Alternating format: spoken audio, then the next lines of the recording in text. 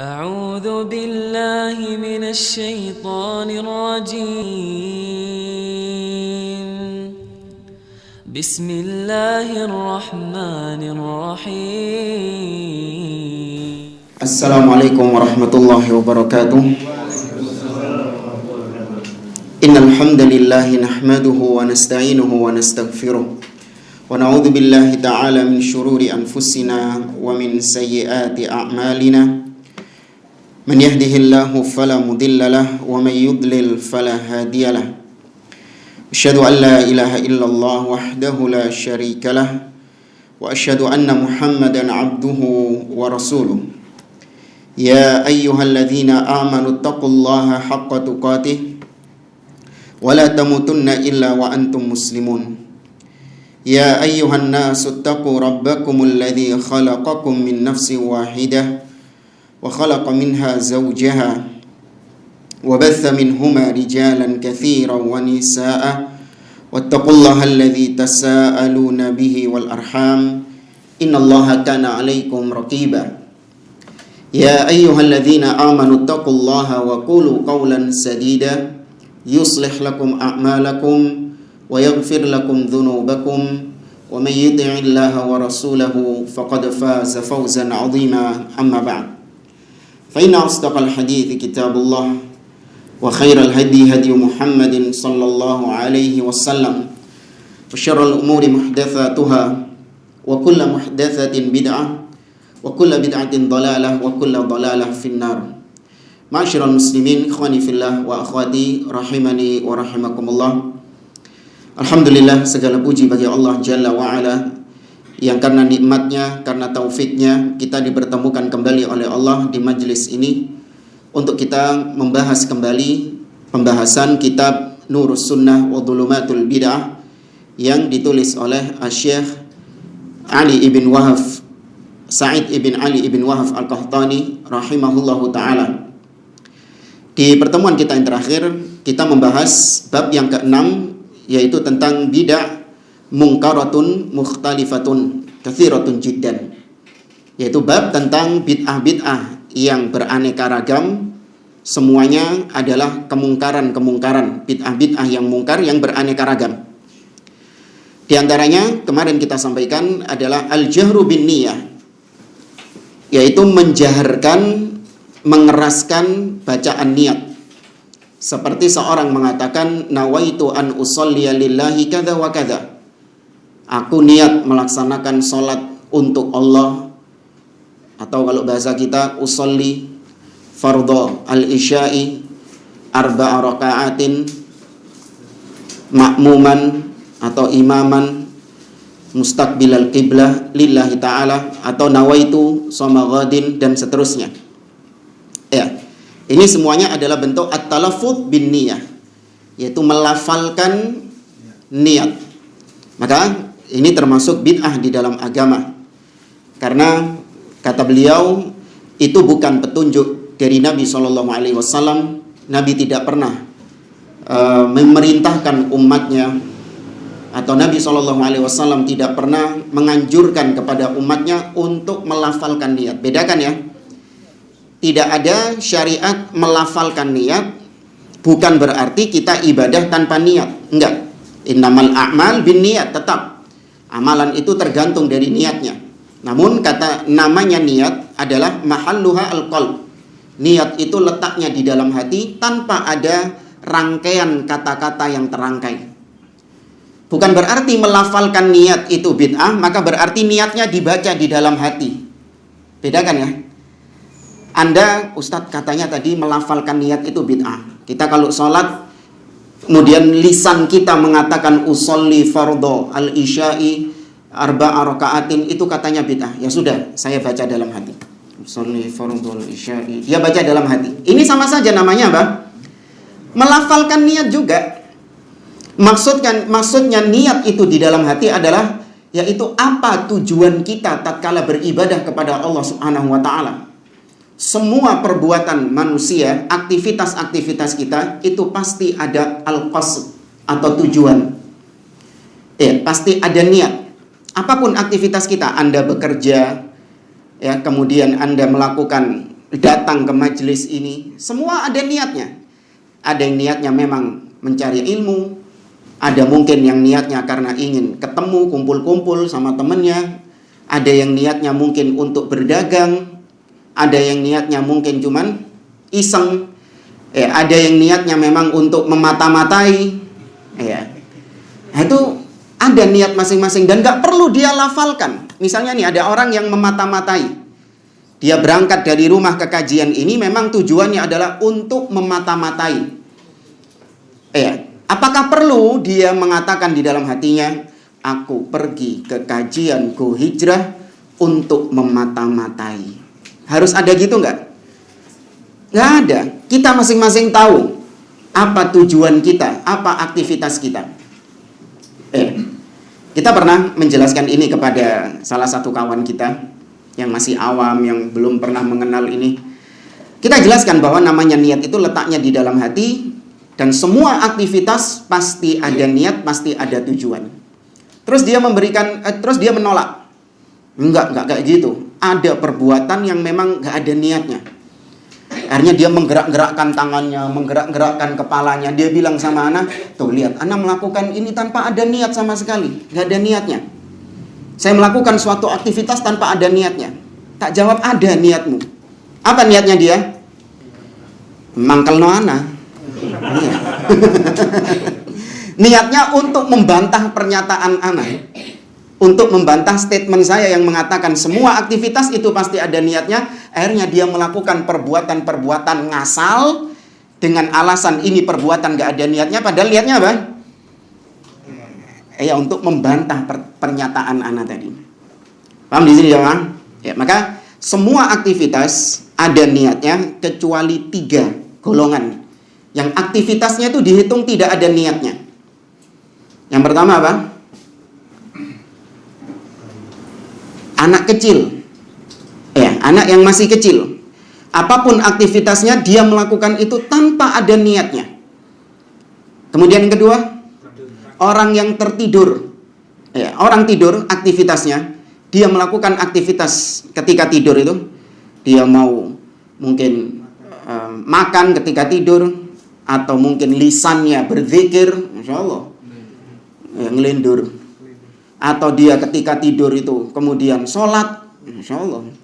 Atau ketika tidur itu bahkan dia melakukan perbuatan maksiat, mencaci maki Allah, mencaci maki Nabi SAW, maka tidak dikategorikan dosa, tidak tercatat sebagai dosa. Demikian juga ibadahnya tadi, zikirnya, ngelindur baca Quran, dihitung pahala nggak? Tidak. Kenapa tidak? Karena tidak ada niat di situ. Dan yang ketiga apa? Orang gila. Kalau orang gila, percaya kita memang dia melakukan aktivitas-aktivitasnya tanpa ada niat. Nah, maka niat letaknya di dalam hati, bukan dilafalkan. Ini sudah kita bahas, cuman nggak apa-apa kita murojaah sedikit. Yang kedua, di antara bid'ah yang mungkar adalah adzikrul jama'i ba'da sholawat, yaitu berzikir secara berjamaah setelah melakukan sholat fardu. Wal masyru' an yaqula kullu wahidin adzikral warida munfaridan. Yang disyariatkan seorang ketika selesai sholat, dia berzikir, setiap jamaah, setiap orang yang sholat di masjid itu selesai sholat berjamaah, maka mereka berzikir masing-masing tanpa dikomandoi sama seorang imam. Kita dapati sebagian orang, sholat berjamaah, imamnya itu bukan cuma sekedar memimpin sholat, tapi juga memimpin zikir setelah sholat.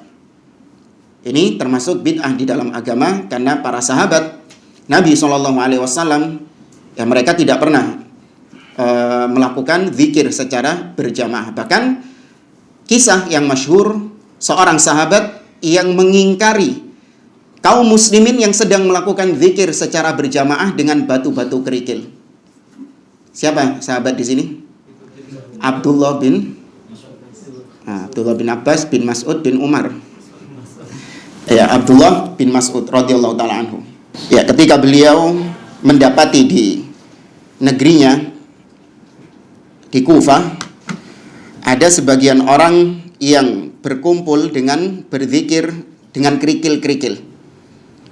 Kemudian datang Abdullah bin Mas'ud mengingkari perbuatan mereka. Abdullah bin Mas'ud mengatakan kepada mereka, bal uddu sayyi'atikum. Justru hitunglah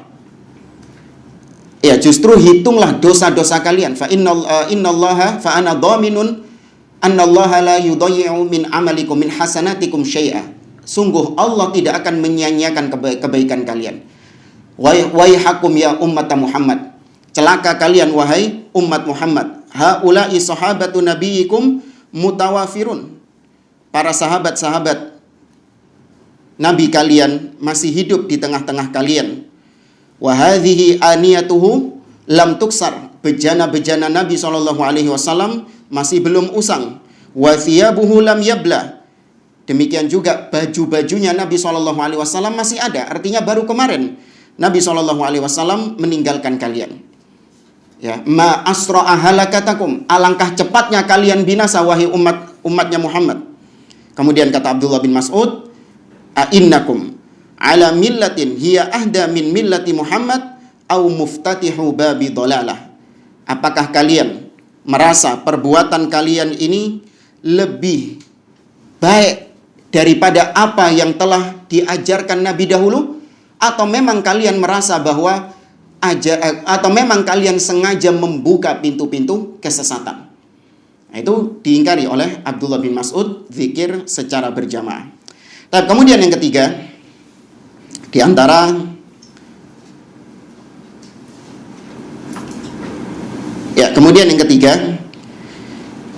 bid'ah yang mungkar adalah talabu qiraatil Fatihah ala arwahil amwat au tuqra alal amwat au qiraatuha ba'da du'a lil amwat au inda khutbatin nikah, yaitu mengkhususkan membaca surah Al-Fatihah untuk mayit-mayit, ya, untuk jenazah-jenazah, atau dia membaca surah Al-Fatihah untuk penutup doa. Nah, ini yang sering kita dengar. Setiap kali berdoa, selesai berdoa Al-Fatihah. Ya, atau ketika khutbah-khutbah nikah, perayaan-perayaan pernikahan. Kullu dzalika minal bid'il munkarah allati lam tarid an Rasulillah sallallahu alaihi wasallam. Semuanya itu termasuk bid'ah yang mungkar yang tidak ada tuntunannya dari Nabi sallallahu alaihi wasallam. Bukan berarti maknanya sebagian orang membantah, masa baca Al-Fatihah saja enggak boleh. Narasinya saja sudah salah. Masa baca Al-Fatihah saja enggak boleh? Al-Fatihah itu disebutkan keutamaan Al-Fatihah. Al-Fatihah itu disebut Ummul Quran, Ummul Kitab. Ya, Al-Fatihah disebut dengan As-Sab'u Al-Ma'ani. Ya, 7 ayat yang diulang-ulang. Masa baca seperti itu saja enggak boleh, dikatakan bid'ah dan seterusnya. Padahal yang kita maksudkan bid'ah di sini bukan Al-Fatihahnya, tapi mengkhususkan membaca Al-Fatihah di waktu-waktu tertentu, ya, di keadaan kondisi-kondisi tertentu, yang semuanya itu tidak ada dalil dari Nabi SAW tentang dikhususkannya surah Al-Fatihah. Di situ letak bid'ahnya. Ya, pernah kita ibaratkan dahulu seorang yang membaca surah Yusuf ketika hamil. Ya, ketika hamil baca surat Yusuf karena dengan anggapan cek ganteng bayinya. Ya. Maka bukan berarti maknanya kita katakan itu perbuatan bid'ah, bukan berarti maknanya adalah baca surat Yusuf nggak boleh bagi ibu hamil, nggak boleh bagi wanita yang hamil, bukan. Tapi yang kita ingkari adalah mengkhususkan surah Yusuf dikaitkan dengan kondisi tatkala hamil. Itu yang jadi masalah. Nah, kalau ada seorang wanita dia dalam keadaan hamil, kemudian dia membaca surah Yusuf tanpa ada motivasi tadi, tanpa ada keyakinan keutamaan surat Yusuf dibaca ketika hamil begini, dan begini, boleh nggak? Boleh. Maka ini termasuk di antara bid'ah di dalam agama. Kemudian yang keempat, iqamatul ma'atim 'alal amwat wasina'atul at'imah wastijarul muqri'ina liqira'atil Qur'an. Di antara bid'ah dalam agama juga adalah mengadakan perayaan-perayaan hari kematian. kemudian membuatkan makanan-makanan, membayar qori-qori Al-Quran, kemudian qori-qori Al-Quran ini disuruh untuk membaca Al-Quran dalam perayaan kematian tadi. Wa yaz'umuna anna dzalika min babil aza. Mereka beranggapan bahwa perbuatan seperti ini itu adalah bentuk takziah. Ya, bentuk takziah kepada mayit. Wa annahu yanfa'ul mayyit. Dan mereka juga mengklaim perbuatan tadi itu bisa bermanfaat bagi si mayit. Dosanya bisa diampuni, derajatnya bisa ditinggikan, kuburnya bisa diluaskan. Kemudian pertanyaan mungkar nakir bisa dimudahkan. Intinya perayaan-perayaan bid'ah ini dianggap bisa bermanfaat bagi si mayit. Tapi padahal itu semua tidak pernah diturunkan syariatnya kepada Nabi SAW. Yang kelima, al-adhkarus sufiyah bi anwa'iha allati tukhalifu hadi Muhammadin sallallahu alaihi wasallam. Sawa'un kanatil mukhalafa fi sigha wal hay'a awil waqt liqauli alaihi salatu wassalam man amila amalan laisa alaihi amruna fahuwa rad. Bid'ah berikutnya adalah zikir-zikir ala-ala sufi. Ya, zikirnya orang-orang sufi. Mungkin yang suka berselancar di medsos, ya, banyak ngelihat videonya orang-orang sufi lagi zikir. Kayak orang apa? Kayak orang kesurupan. Ya. Dengan zikir-zikir yang menyimpang dari zikirnya Nabi SAW. La ilaha illallah, la ilaha illallah. Kalau tingkatan lagi, la illallah, la illallah. Tingkatan lagi, Allah, Allah, Allah, Allah. Yang paling tinggi, hu. Naik tingkatan lagi, silent, nggak ada suara. Iya, hilang suaranya. Nah, itu zikirnya ala-ala sufi. Macam-macam ya, nggak cuma itu saja. Baik, secara lafalnya saja sudah menyimpang. Nabi SAW dan para sahabat nggak pernah mempraktekkan zikir-zikir dengan hu, Allah, Allah. Ya, kalau cuma Allah saja, itu bukan bentuk suatu zikir. Tapi ketika lafal Allah ini digabungkan dengan subhanallah, digabungkan dengan alhamdu, jadi alhamdulillah. Tapi kalau cuma merdeka Allah, kemudian diulang-ulang Allah, Allah, Allah, Allah, ini bukan termasuk lafal zikir. Ingat ya, dalam rangka berzikir. Nanti di luar sana kemudian dibilang ngomong Allah tok gak oleh. Parah iki Wahabi. Masa ngomong Allah tok saja nggak boleh. Nah, itu jangan dipotong.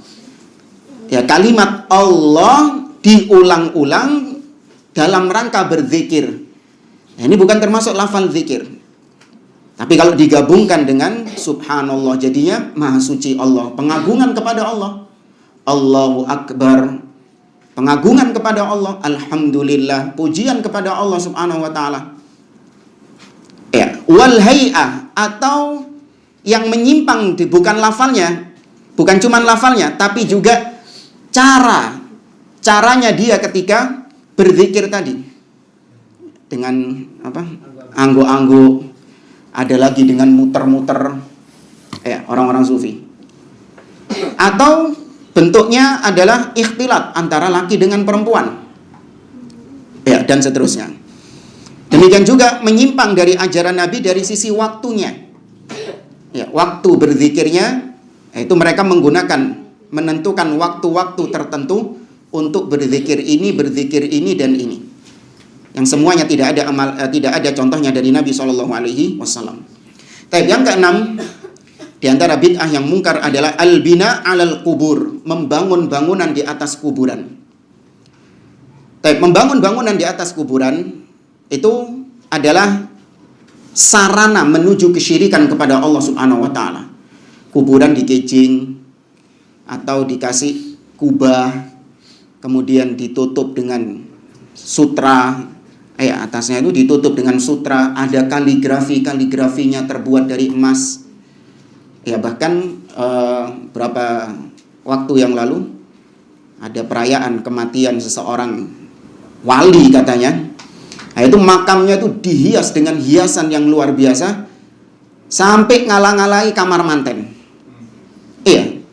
Sampai ngalang-alai kamar manten dengan melatinya, ya, bunga-bunganya, kemudian ada payung-payungnya. Apa sih payung kan itu ya, kayak payung itulah. Yang kecil itu. Bukan terop kok, terop. Payung kecil. Iya, payung kecil itu loh. Yang warna kuning biasanya itu loh. Ya itu ditaruh di dekat nisannya itu tadi. Nisannya itu sudah nggak kelihatan lagi semenannya itu. Anunya apa? Loh, penuh dengan melati. Penuh dengan melati, nggak kelihatan lagi tanahnya sudah, penuh dengan melati. Ya, membangun bangunan di atas kuburan, wattikhaduha masajid, dan dijadikan sebagai masjid. Nah, ini. Perhatikan kata-kata masjid di sini, bukan berarti masjid itu adalah bangunan. Masjid artinya adalah tempat ibadah. Tempat ibadah, meskipun tidak didirikan sebagai masjid, sebagaimana bangunan-bangunan masjid yang sekarang kita lihat. Enggak. Masjid penggunaannya secara asal adalah sebuah lokasi, tempat yang dijadikan sebagai ibadah kepada Allah Subhanahu wa taala. Spot yang dijadikan sebagai ibadah kepada Allah Subhanahu wa taala. Makanya kata Nabi SAW, "U'titu khamsan lam yu'tahunna nabiyyun qabli." Aku diberi keistimewaan oleh Allah Subhanahu wa taala yang tidak diberikan kepada nabi-nabi sebelumku. Salah satunya adalah waju'ilat liyal arda tahuran wa masjidah. Kata Nabi, bumi ini dijadikan oleh Allah untukku semuanya suci dan masjid. Jadi bumi ini semuanya apa kata Nabi? Suci dan masjid. Apakah maknanya semua bumi ini masjid? Dalam artian bangunannya? Tidak. Masjid di situ apa? Dijadikan sebagai ibadah, tempat untuk beribadah. Karena dulu syariat-syariat sebelum Nabi SAW beribadah nggak boleh di sembarang tempat. Ya, syariat sebelum syariatnya Nabi SAW itu kalau mau ibadah nggak boleh sembarang tempat, harus spot khusus. Ya, ada tempat khusus yang memang dikhususkan untuk beribadah, wajib ibadah di situ. Tapi kalau syariat Nabi Muhammad SAW, kata Nabi, fa'ainama adraktumus shalah fasalli. Ya, dimanapun kalian mendapati waktu sholat, maka sholat di situ nggak apa-apa. Ya, kecuali ditambahkan dengan hadis yang lain, tempat yang tidak boleh dijadikan untuk sholat selain tempat yang tidak boleh dijadikan untuk sholat apa? Al-maqbarah wal hammam, yaitu toilet dan kuburan. Selain itu boleh dijadikan tempat untuk sholat. Maka maksud daripada menjadikan kuburan sebagai masjid, nggak harus bangun masjidnya, enggak. Tapi ketika seseorang meyakini afdolnya ibadah di kuburan tersebut, itu sudah menjadikan kuburan sebagai masjid. Ya. Maka jangan terpaku dengan kalimat masjid. Ya kan yang dilarang Nabi itu kan kalau kuburannya dibangun masjid, menjadikan kuburan sebagai masjid. Ana nggak pernah bangun bangun masjid di kuburan. Ana cuma datang ke sini, baca Quran di sini, zikir di sini. Artinya dia melakukan ibadah di kuburan tersebut dengan keyakinan ibadah di sana lebih afdol. Dengan keyakinan berdoa di sana lebih mustajab. Itu sudah masuk kategori menjadikan kuburan sebagai masjid. Meskipun gak ono botoe, gak ono kubae, gak ada, enggak. Ya, ini yang dimaksud Nabi SAW dalam hadis yang diriwayatkan oleh Imam Muslim. Nabi SAW mengatakan, ala inna man kana qablakum ittakhadhu qubura anbiya'ihim wa salihihim masajid. Ketahuilah, sesungguhnya orang-orang kaum-kaum sebelum kalian, mereka menjadikan kuburan nabi-nabi mereka dan orang-orang soleh mereka sebagai masjid.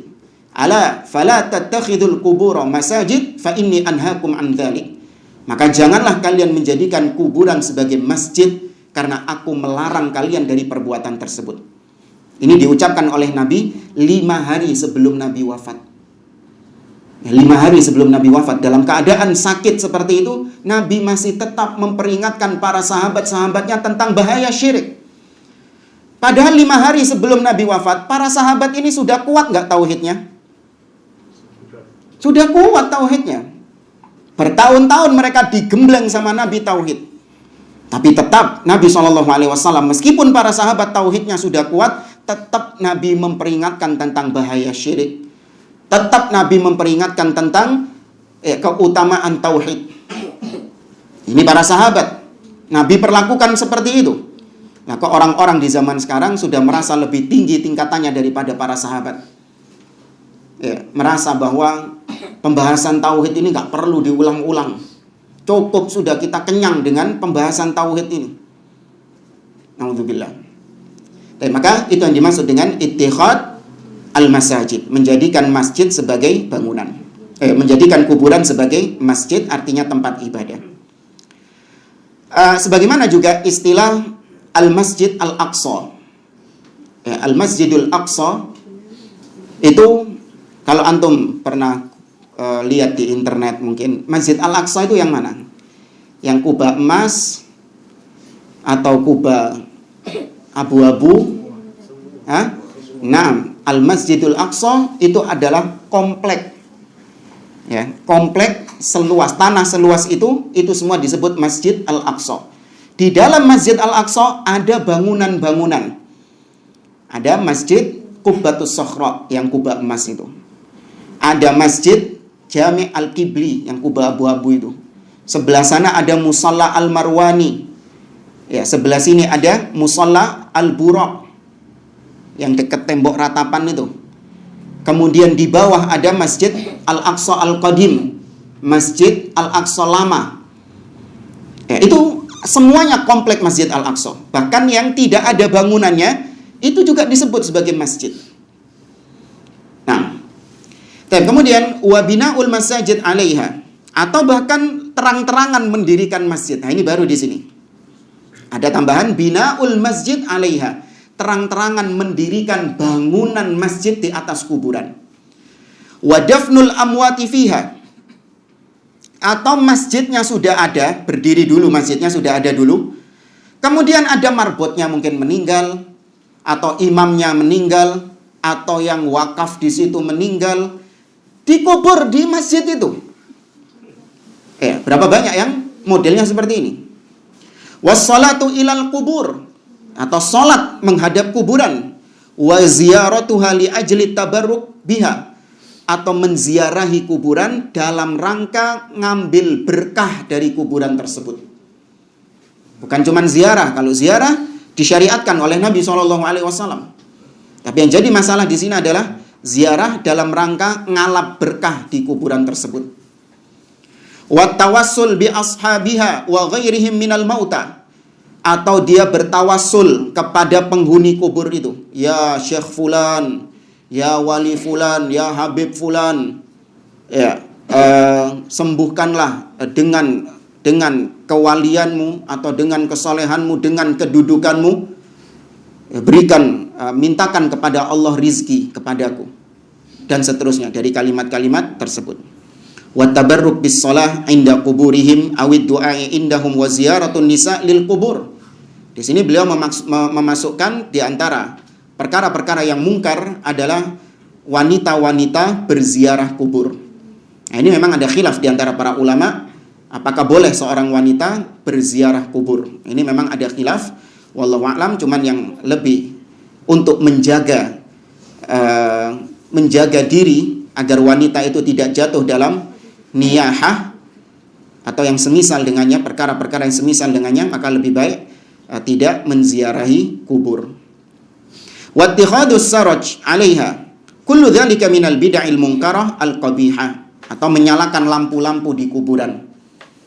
Jadi kuburan dikasih lampu-lampu, bahkan seperti lampu-lampu yang ada di diskotik, warna-warni lampunya. Iya, kita melihat itu dikasih lampu-lampu warna-warni gitu. Nggak tahu, mungkin untuk menghilangkan kesan angkernya gitu. Karena dulu pernah lewat di satu kuburan di daerah Jawa Barat sana. Kalau nggak salah waktu ke Cirebon itu, ya pernah lihat ada satu komplek kuburan. Iya, warna-warni misalnya. Ada yang pink gitu, lucu, cute gitu. Pinknya itu pink kayak Hello Kitty gitu. Dicat kayak gitu. Ininya kuburannya itu. Warnanya cerah-cerah gitu. Ya wallahu a'lam, untuk ngilangin kesan angker atau apa. Baik, kita lanjut ke pembahasan yang berikutnya. Al-matlabut tasi' taubatul mubtadi'. Pembahasan yang ke-9 tentang tobatnya ahlil bid'ah. Ya, tobatnya ahlil bid'ah. Dan ahlil bid'ah, ya di sini siapapun yang jatuh dalam kebid'ahan itu disebut sebagai ahlil bid'ah. Dan ahlil bid'ah ini bertingkat-tingkat. Ada ahlil bid'ah yang awam, tetap dia dikatakan ahlil bid'ah. Meskipun dia ini awam, apabila dia melakukan perbuatan bid'ah atau jatuh dalam akidah yang bid'ah, maka dia tetap dikasih label, kasih status sebagai ahlil bid'ah. Ini tingkatan orang-orang awam yang hanya ikut-ikutan saja, tetap dikatakan ahlil bid'ah. Ada lagi tingkatan berikutnya adalah tingkatan ahlil bid'ah yang memang menyeru, mengajak manusia kepada bid'ahnya, atau dia memerangi sunnah, atau dia adalah orang yang boleh dikatakan dia ini punya ilmu, namun dia tetap kekeh dengan bid'ahnya tadi. Mungkin karena dunia, takut kehilangan jabatan, takut kehilangan followers, dan seterusnya. Nah, sikap kita terhadap ahlil bid'ah yang awam ini, ya kita tetap bergaul bersama mereka, ya kita dakwahi mereka, kita ajak mereka kepada sunnah. Tapi kalau ahlil bid'ah yang tokoh-tokohnya tadi, yang sudah tingkatan dia ini da'i yang menyeru kepada bid'ahnya, yang punya syubhat yang kuat untuk mempengaruhi orang lain kepada bid'ahnya, maka yang seperti ini jangan duduk bersama mereka, jangan bermajlis bersama mereka. Ya, bahkan berlaku hajar. Apa hajar di sini? Memboikot, bukan hajar ya, awas ya. Ya hajar dalam artian memboikot. Ya, tidak kita tegur sapa. Nah, ini berlaku bagi tokoh-tokoh ahlil bid'ah yang mengajak kepada bid'ahnya, memerangi sunnah, terang-terangan dia ini mengajak kepada bid'ahnya. Ini kita hajar, kita tidak duduk di majelisnya, kita tidak mendengarkan ocehan-ocehannya. Ya, kita juga tidak subscribe YouTube-nya atau baca buku-bukunya, enggak. Tapi kita hajar. Maka pembahasan di sini, tobatnya ahlil bid'ah itu berlaku semua, baik yang awam ataupun yang sudah tingkatan alimnya. Ya, ini tobatnya ahlul bid'ah.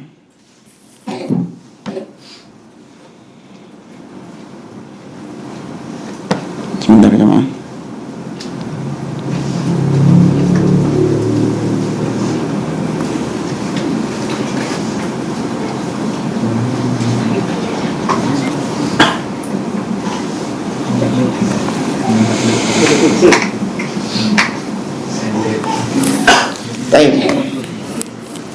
Kata beliau, la syakka annal bid'ata akhtar minal ma'asi. Tidak diragukan lagi bahwa bid'ah perkara-perkara baru di dalam agama, baik itu yang ibadah ataupun yang akidah, semua bid'ah itu lebih berbahaya daripada maksiat syahwat.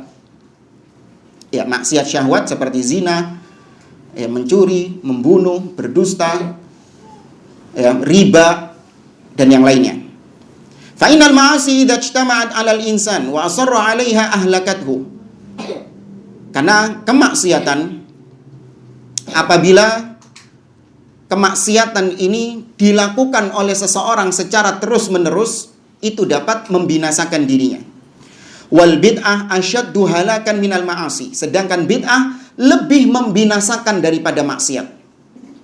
Ini pernah atau sering mungkin Anda mendengarnya, ucapan, nanti juga dinukil, ucapan Sufyan Ats-Tsauri. Ini ucapan Sufyan Ats-Tsauri, al bid'atu ahabbu ila iblis minal maksiyah. Bid'ah lebih dicintai iblis daripada maksiat. Maksiat syahwaniyah. Ya, maksiat yang syahwat. Alasannya fa innal maksiyah yutabu minha wal bid'ah la yutabu minha. Karena kemaksiatan itu besar peluangnya pelakunya untuk bertobat. Ya, kalau kemaksiatan itu peluangnya besar untuk bertobat, sedangkan bid'ah kecil peluangnya untuk bertobat. Nah, iblis senang orang-orang yang susah bertobat ini, iblis senang. Ya, lebih dicintai oleh iblis. Qala Syekhul Islam Ibnu Taimiyah rahimahullah. Syekhul Islam Ibnu Taimiyah rahimahullah taala mengatakan, innal bid'ah la yutabu minha annal mubtadi' alladhi yattakhidhu dinan lam yashra'hu Allah wala rasuluhu qad zayyana lahu su'u amalihi fara'ahu hasanan fahuwa la yatubu ma dama yarahu hasanan. Maksudnya ucapan Sufyan Ats-Tsauri tadi, bid'ah lebih dicintai iblis daripada maksiat, yaitu bid'ah, pelaku bid'ah yang beragama dengan bid'ahnya tadi, menjadikan bid'ahnya tadi sebagai sebuah agama yang diyakini sama dia, kalau itu akidah. Atau kalau dia berupa ibadah, maka dia beramal dengan bid'ahnya tadi, beribadah kepada Allah dengan bid'ahnya tadi, padahal Allah tidak pernah mensyariatkannya. Demikian juga Nabi SAW tidak pernah mensyariatkannya. Maka ketika itu pelaku bid'ah ini, perbuatan bid'ahnya dihiasi oleh syaitan seakan-akan apa yang dia lakukan dari bid'ah tersebut itu adalah perbuatan yang hasan, perbuatan yang baik. Seakan-akan itu adalah perbuatan yang soleh, amal soleh yang mendekatkan diri kepada Allah Subhanahu wa ta'ala. Sehingga kalau itu amal soleh, maka nggak mungkin dia bertobat. Selama dia menganggap itu perbuatan baik, nggak mungkin dia bertobat. Ya. Lianna awwala taubah al-ilmu bi anna fi'lahu sayyi' liyatuba minhu. Karena tobat itu, orang kalau bertobat, berhenti dari perbuatan jeleknya, berhenti dari perbuatan dosanya, yang pertama kali trigger, apa trigger ini? Pemicunya dia tobat adalah, yaitu dia tahu dulu kalau perbuatannya ini adalah salah, jelek. Orang yang ngerokok misalnya, ya, dia nggak akan mungkin berhenti dari rokoknya sepanjang dia masih meyakini rokok ini tidak berbahaya. Nggak akan berhenti dia dari merokoknya. Tapi ketika dia sudah sadar, sudah ada ilmu, pengetahuan kalau rokok ini berbahaya, nah di situ pemicunya dia. Ya, pemicu untuk bertobat sudah ada. Nah, tinggal nanti dia selanjutnya baru dia berhenti dari perbuatan tersebut. Tapi kalau dia menganggap rokok ini baik, ya, rokok ini bisa apa kata mereka? Apa? Iya, membantu perekonomian. Membantu perekonomian, bagus, mendatangkan devisa negara. Ya, kita menghidupi banyak petani-petani tembakau, buru-buru pabrik rokok. Ya, kalau kita niatkan itu untuk membantu mereka, kita dapat pahala. Loh, sepanjang dia masih meyakini yang seperti itu, bakalan mandek nggak dia? Nggak bakalan mandek. Ya, maka disinilah bahayanya bid'ah, karena dia tidak meyakini perbuatannya dia, akidah bid'ahnya dia itu salah, sesat. Wa bi annahu taraka hasanan ma'murun bihi amru ijabin aw istihbabin. Dan dia tidak akan berhenti dari bid'ah karena dia telah meninggalkan perbuatan baik. Dia meninggalkan akidah yang sahihah.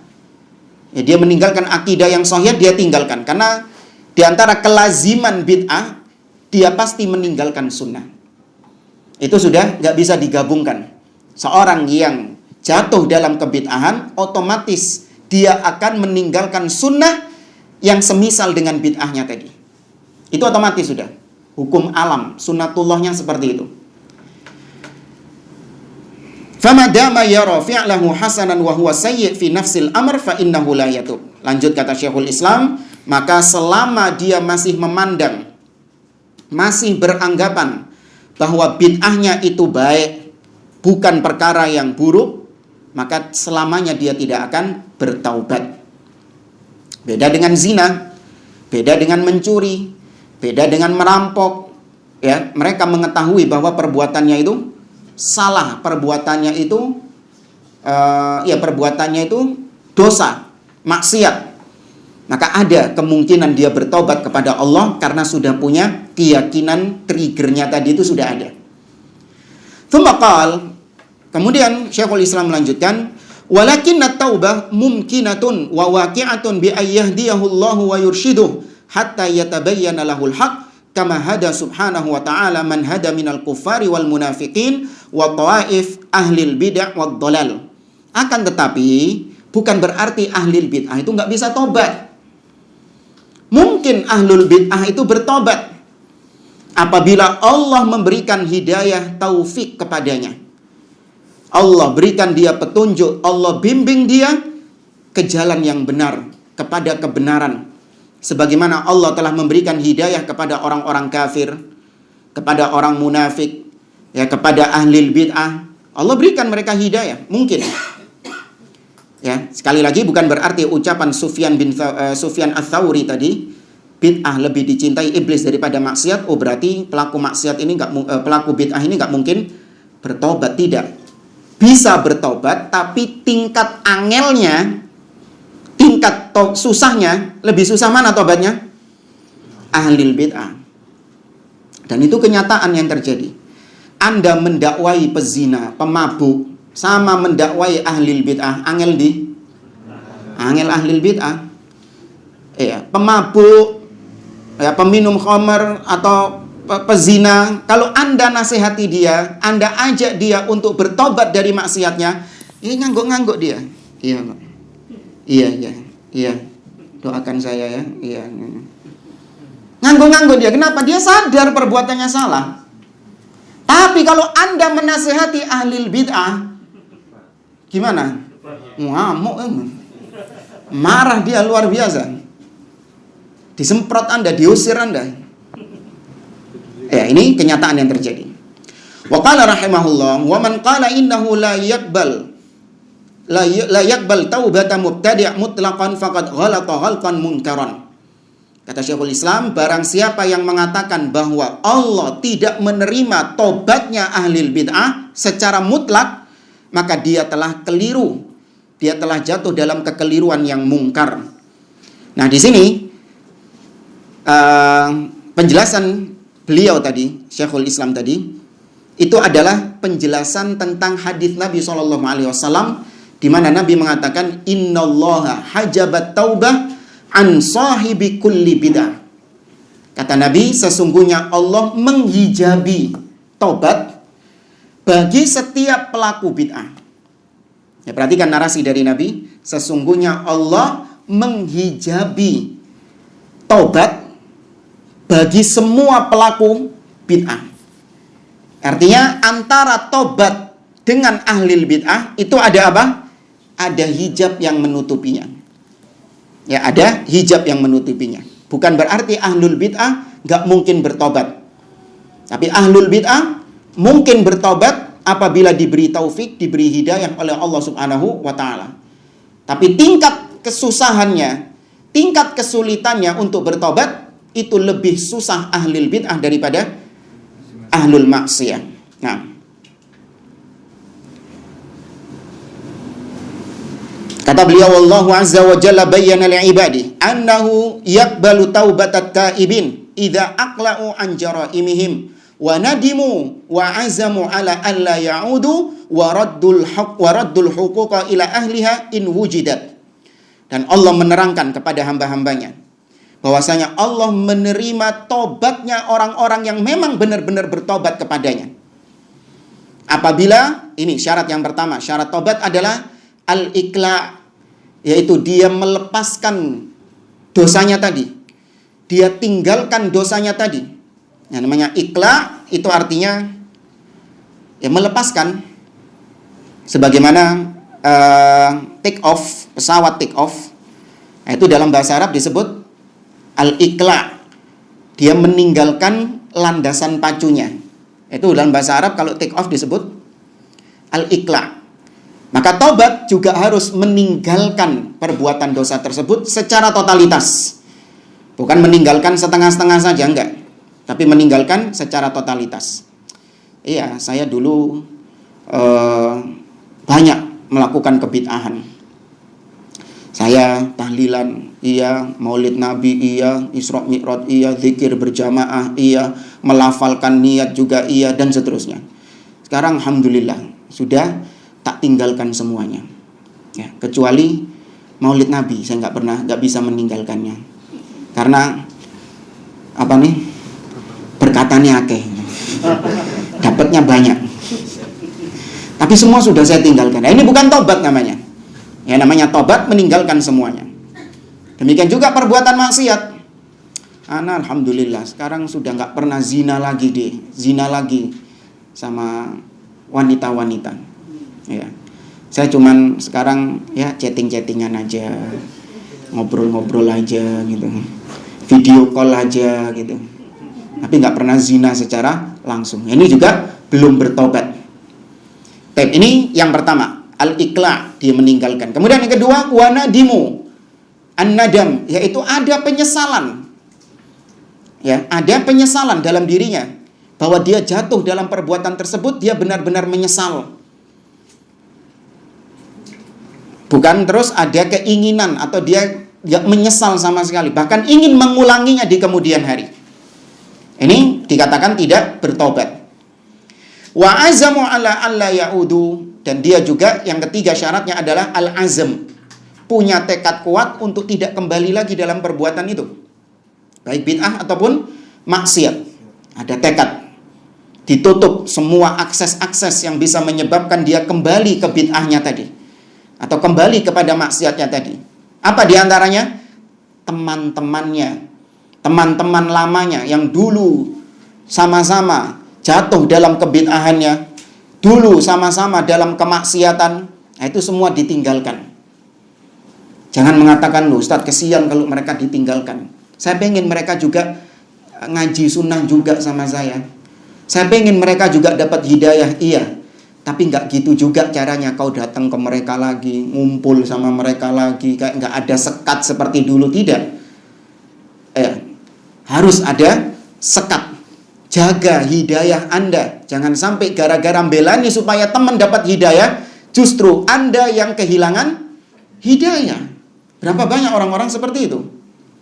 Pengen yang ngasih hidayah kepada temannya, tapi justru dia yang kehilangan hidayah.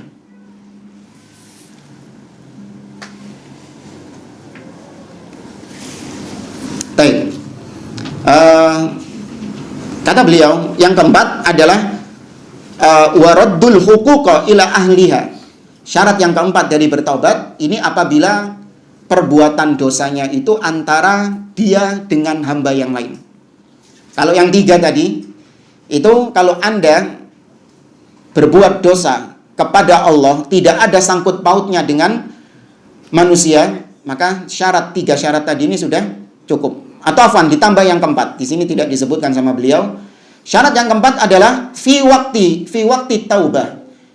Syarat yang keempat, taubat itu diterima adalah dilakukan ketika waktunya. Kapan waktu batas terakhir orang bertobat? 6. Kalau secara umum sebelum matahari terbit dari arah barat. Kalau secara orang perorangan, 6. Sebelum nyawa sampai ke kerongkongan. Berdasarkan firman Allah Subhanahu wa taala dalam surah Al-An'am, Allah Subhanahu wa taala mengatakan, "Yauma ya'ti ba'du ayati rabbik la yanfa'u nafsan imanuha lam takun amanat min qabl." Di hari tatkala datang tanda-tanda Rabbmu.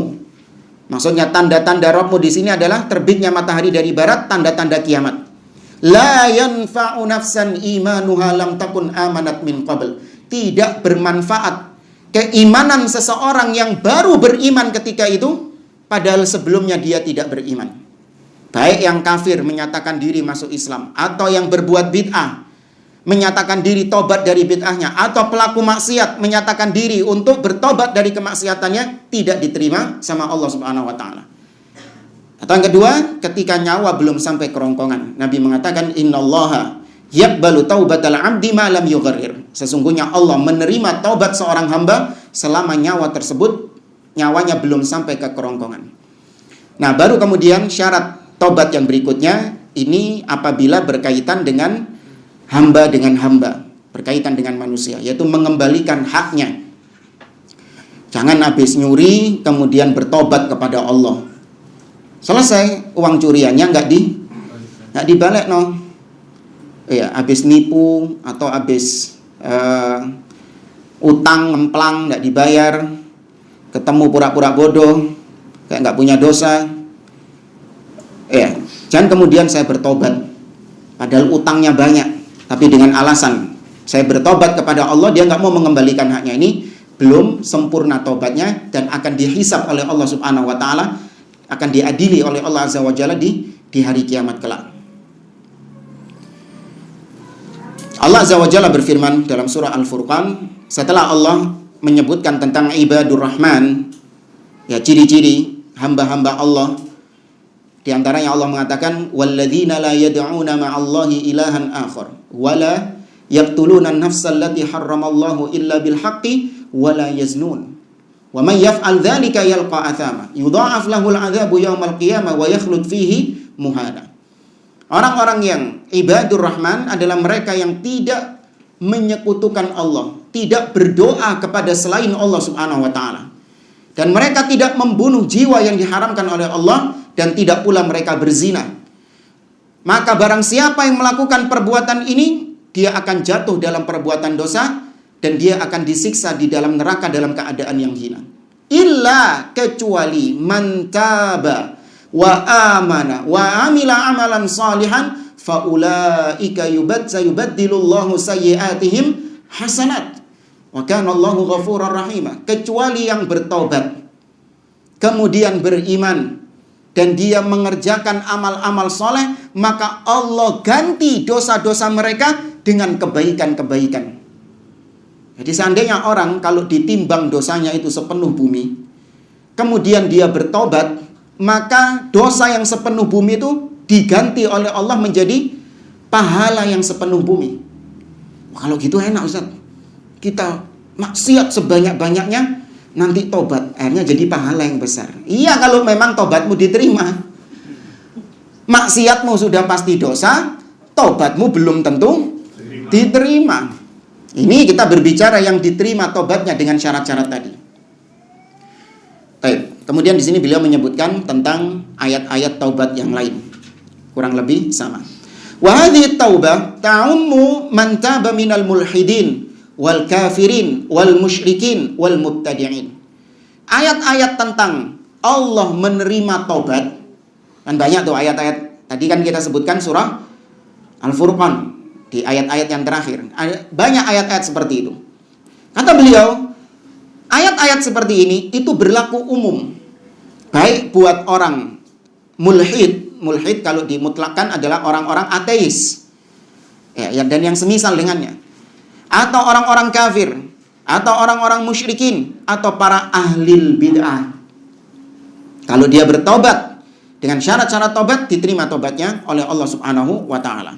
Idza tamalat syurutut taubah, apabila dia melengkapi syarat-syarat tobat tadi. Baik, jamaah rahimani wa rahimakumullah, itu tadi bab yang ke-9 tentang tobatnya ahlil bid'ah. Kurang berapa menit? 15 menit. 15 buyar. Baik, sebelum kita akhiri, mungkin ada yang ingin ditanyakan dari apa yang kita sampaikan. Tafadhol.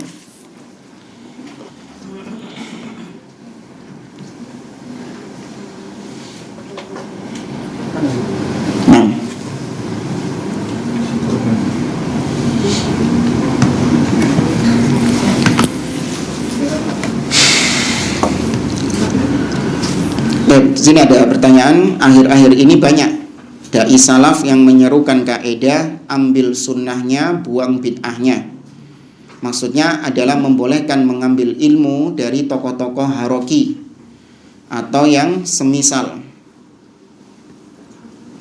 pada hal-hal yang tidak ada perselisihan di situ. Apakah kaidah seperti itu dibenarkan dan dikenal oleh para ulama salaf? Dan apakah termasuk fanatik jika kita hanya menimba ilmu dari ustadz salafi tertentu yang kita ketahui fiqh akidah dan manhajnya? Ini banyak yang perlu dijawab. Tapi yang pertama, di sini dikatakan kaidah ambil sunnahnya, buang bid'ahnya. Maksudnya membolehkan mengambil ilmu dari tokoh-tokoh ahlil bid'ah.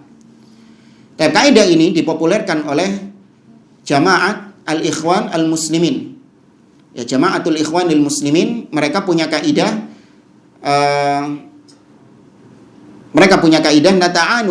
nata'awanu fi mattafaqna fi wa ya'dzuru ba'duna ba'dhan fi makhtalafna fihi.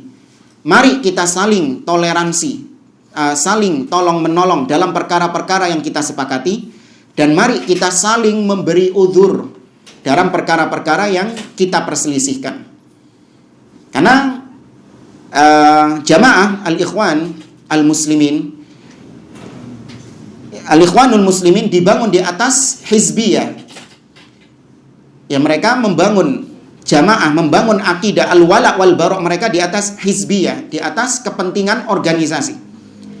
Bahkan pendiri mereka, Hasan al-Banna, dalam salah satu rasailnya, dalam salah satu risalahnya, ketika menyikapi pergerakan-pergerakan dakwah di luar al-Ikhwanul Muslimun, bagaimana sikap kita sebagai al-Ikhwanul Muslimun, dia mengatakan mauqifuna minad da'awat an nazinaha bida'watina.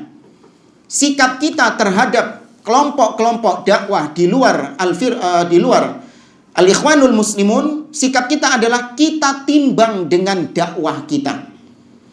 Yang jadi timbangan berarti apa ya? Apa? Organisasinya. Padahal kalau ahlu sunnah, kalau kita melihat pergerakan kelompok-kelompok pergerakan di luar ahlu sunnah, maka yang kita jadikan alat timbang apa? Mau nggak masuk pertanyaannya? Apa yang kita jadikan alat timbang? Dalil Al-Quran dan Sunnah dengan pemahaman para salaf. Kita menimbang Jamaat Tabligh, kita menimbang Al-Ikhwanul Muslimun, kita timbang Hizbut Tahrir, kita timbang Asy'ariyah, ya, kita timbang Rafidhah, kita timbang Khawarij. Semua kelompok-kelompok di luar ahlu sunnah kita timbang dengan apa? Al-Quran dan Sunnah dengan pemahaman as-salaf. Itu alat timbang kita, barometer kita. Nah, kalau Al-Ikhwanul Muslimun tidak, kita timbang dengan dakwah kita, organisasi kita. Fama wafaqana famarhaban.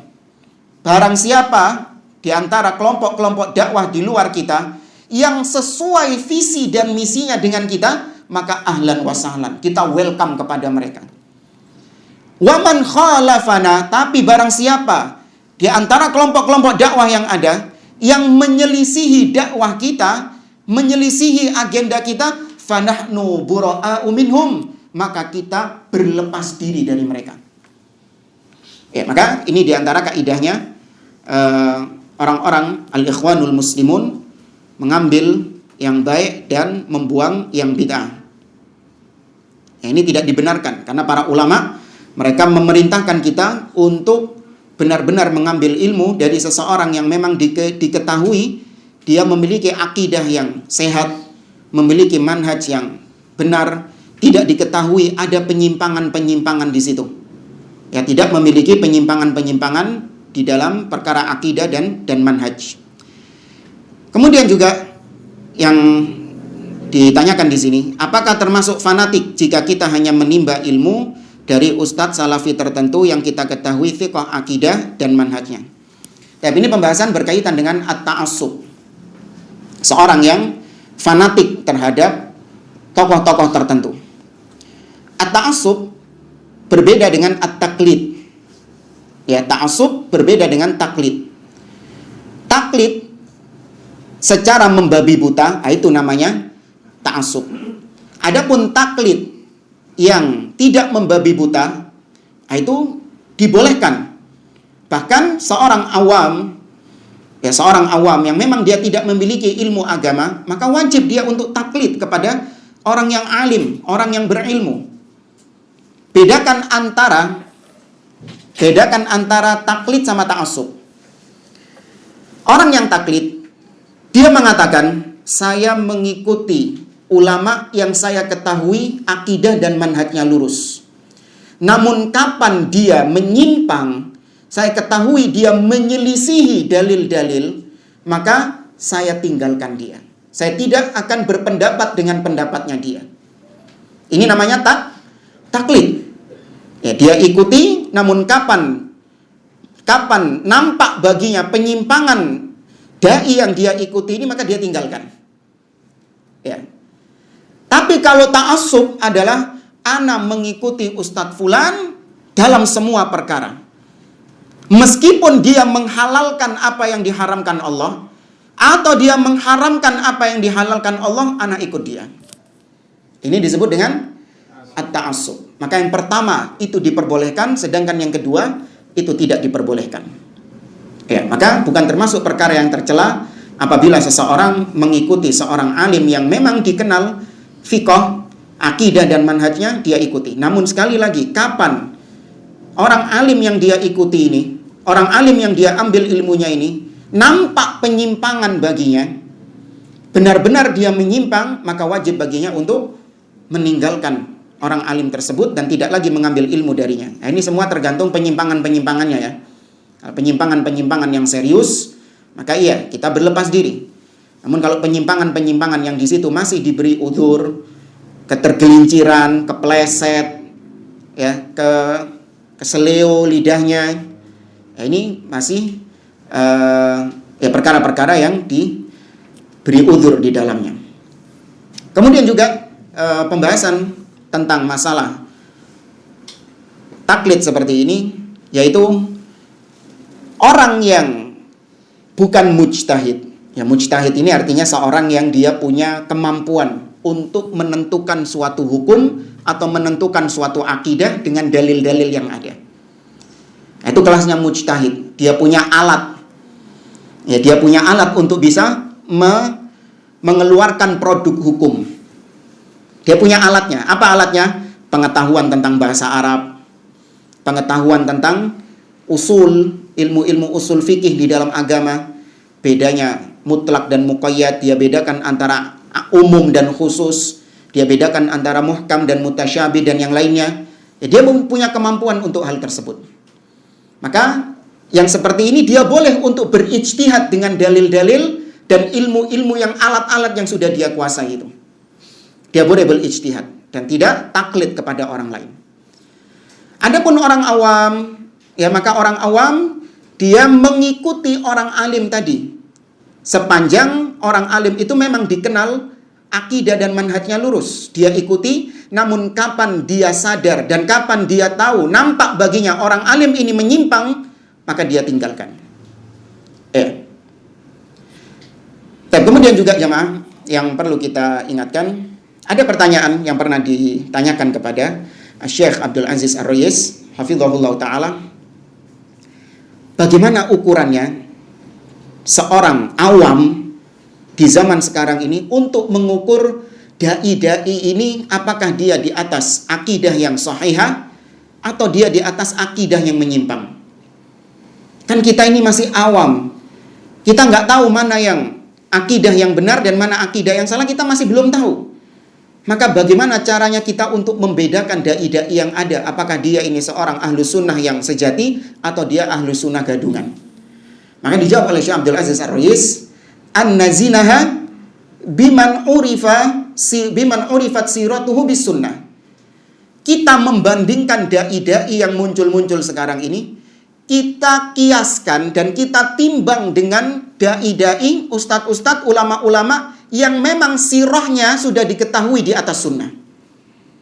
Beliau mencontohkan di Saudi muncul ada dai-dai baru-baru karbitan seperti Muhammad Al-Arifi, Aid Al-Qarni, ya, kemudian Nasir Al-Umar, Safar Hawali, Salman Al-Auda, muncul dai-dai seperti itu. Bagaimana kita menimbang dai-dai seperti itu? Apakah dia di atas sunnah atau tidak? Maka kata beliau, timbang mereka dengan orang yang sudah dikenal di atas sunnah. Sejarahnya dia, sirahnya dia, CV-nya dia, itu sudah dikenal bahwa dia ini di atas sunnah.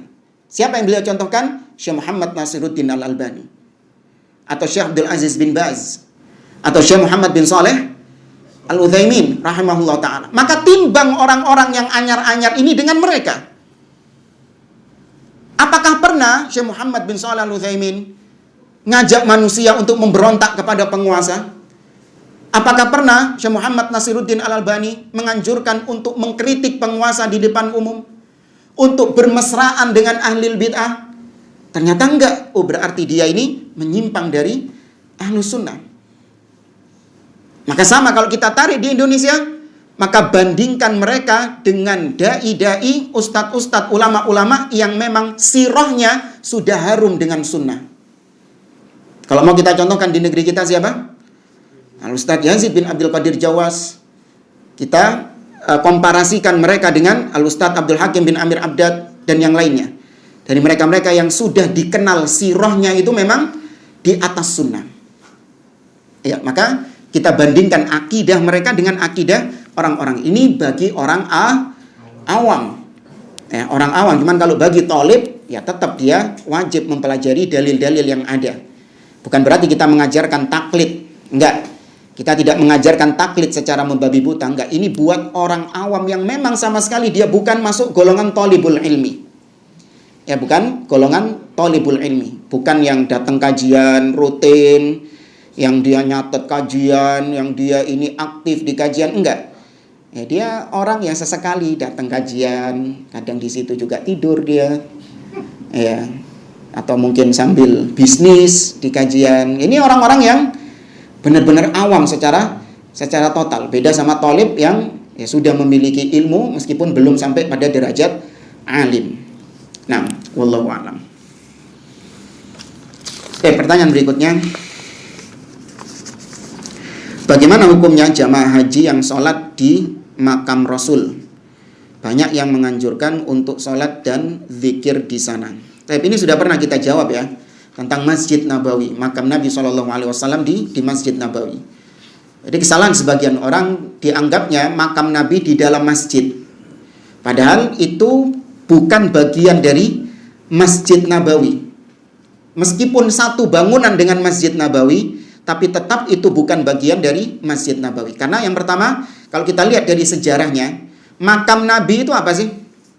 Rumahnya Aisyah radhiyallahu taala anha yang memang berdempetan dengan Masjid Nabawi di zaman itu. Kemudian Nabi dimakamkan di sana karena meninggalnya di situ. Dan itu hukum berlaku khusus buat para nabi dan rasul. Kata Nabi, madufina al-anbiya mamata an-nabi illa dufina min haitsu yamut. Atau kama qala sallallahu alaihi wasallam, tidaklah seorang nabi meninggal kecuali dia harus dimakamkan di TKP dia meninggalnya. Dan Nabi meninggalnya di rumah Aisyah radhiyallahu taala anha. Maka Nabi dimakamkan di situ. Kemudian yang ketiga, setelah Nabi wafat, maka perluasan Masjid Nabawi oleh khalifah-khalifah sebelumnya itu tetap dengan mempertahankan tidak memasukkan rumah Nabi, rumah Aisyah sebagai satu perluasan, area perluasannya Masjid Nabawi. Jadi kalau kita lihat di mihrab, kiblatnya Masjid Nabawi, ini kiblatnya Masjid Nabawi, arah sana. Makamnya Nabi di mana? Sebelah kanan atau kiri? Kiri. Makamnya Nabi ada di sebelah kiri. Nah, perluasan Masjid Nabawi itu mesti kalau nggak ke kanan ya ke belakang. Sing kiri wis gak diumek-umek wis. Ya, baru kemudian muncul khalifah-khalifah dari Bani Umayyah, dari Daulah Umayyah, Daulah Abbasiyah, muncul raja-raja setelahnya baru memasukkan rumah Aisyah, makam Nabi SAW dimasukkan dalam proyek perluasan masjid. Banyak diingkari oleh ulama-ulama di zaman tersebut, namun namanya keputusan khalifah, keputusan raja, tetap akhirnya diperluas. Tapi diberi sekat dengan 3 lapis tembok. Ya, di dalam situ diberi sekat dengan 3 lapis tembok. Anda pernah nemu video animasi 3D, 3 dimensinya. Bukan gambar asli, tapi 3 dimensi yang bisa menggambarkan kepada kita bahwa makam Nabi SAW itu bukan bagian dari Masjid Nabawi. Kalau ada orang ngotot tuh, Ustaz, kok bukan bagian masjid gimana? Kan bangunannya jadi satu itu. Masjid Nabawi itu tahu ada kubah hijau. Di atasnya Masjid Nabawi itu cuman 1 kubah hijau itu. Nah, di situ bawahnya itu siapa? Yaitu makam Nabi SAW. Nah, kan berarti 1 atap, 1 bangunan dengan Masjid Nabawi. Maka kita jawab, meskipun 1 bangunan dengan masjid, namun dia tetap bukan masjid. Saya mau kasih contoh, cuman nanti jangan dipelintir ini pernyataan saya ini. Ya, jangan nanti terus habis gitu bilang, loh, Ustadz kok menyamakan makam Nabi dengan contohnya ini. Bukan. Sini kita ingin menegaskan bahwa ada yang jadi satu bangunan sama masjid, tapi dia bukan bagian masjid. Ya, kita contohkan toilet. Ya, toilet masjid. Satu bangunan nggak sama masjidnya? Ada masjid-masjid antum biasanya masjid di mana sih? Sini dekat sini mana? Al-Falah. Ya, Al-Falah dekat sini. Toiletnya Al-Falah satu bangunan nggak sama masjidnya? Anda lupa sana, nggak pernah lagi di sana. Satu bangunan sama masjidnya. Apakah Anda mengatakan bahwa toilet yang dipakai buat kencing dan buang air besar itu masjid? Tidak. Itu bukan bagian dari masjid. Demikian juga kamarnya marbot.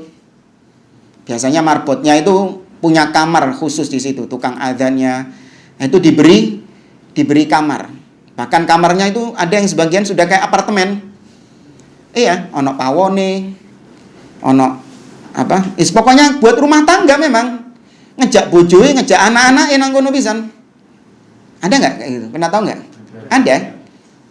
Ya, di masjid tempat kita dulu, dia istrinya dia, anak-anaknya dia tinggal di lantai 3 masjid. Dan itu masih satu bangunan sama masjid itu. Ya, dan Anda tahu sendiri suami istri kalau di kamar ngapain? Iya, padahal melakukan hubungan suami istri boleh nggak di masjid? Nggak boleh. Maka berarti itu kamarnya marbot itu bukan bagian dari masjid, meskipun satu bangunan dengan masjid. Nah, ingat ya, di sini jangan dipelintir. Ustadz menyamakan makam Nabi yang mulia dengan toilet. Maka tak jawab loh, hadisnya itu datang dalam bentuk bersamaan. Bahwasanya yang nggak boleh dilakukan sholat di situ apa dan apa? Makbarah wal hammam, toilet dan kuburan.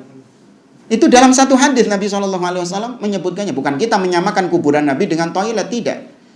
Tapi di sini kita ingin jelaskan bahwa meskipun satu bangunan, belum tentu itu bagian dari masjid. Ya, maka kalau dikatakan di sini makam Nabi SAW itu beda kasusnya dengan apa yang kita bahas tadi. Ya, maka nggak boleh sholat di makam Nabi SAW atau zikir di sana. Itu tidak ada anjuran-anjuran demikian. Seorang berziarah ke makam Nabi SAW, bersolawat kepada beliau, mengucapkan salam kepada beliau, sudah tidak lebih dari itu. Ya, kita tidak ada anjuran untuk ngusap-ngusap tembok dindingnya Nabi, ya, atau mungkin ya kita melakukan sholat di sana, atau mungkin kita berdoa di situ dengan anggapan itu lokasi yang mustajab. Tidak ada dalil yang berkaitan dengan hal tersebut.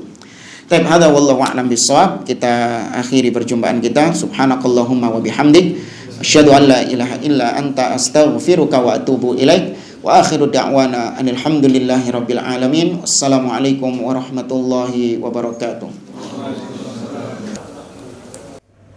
Alhamdulillahi rabbil alamin.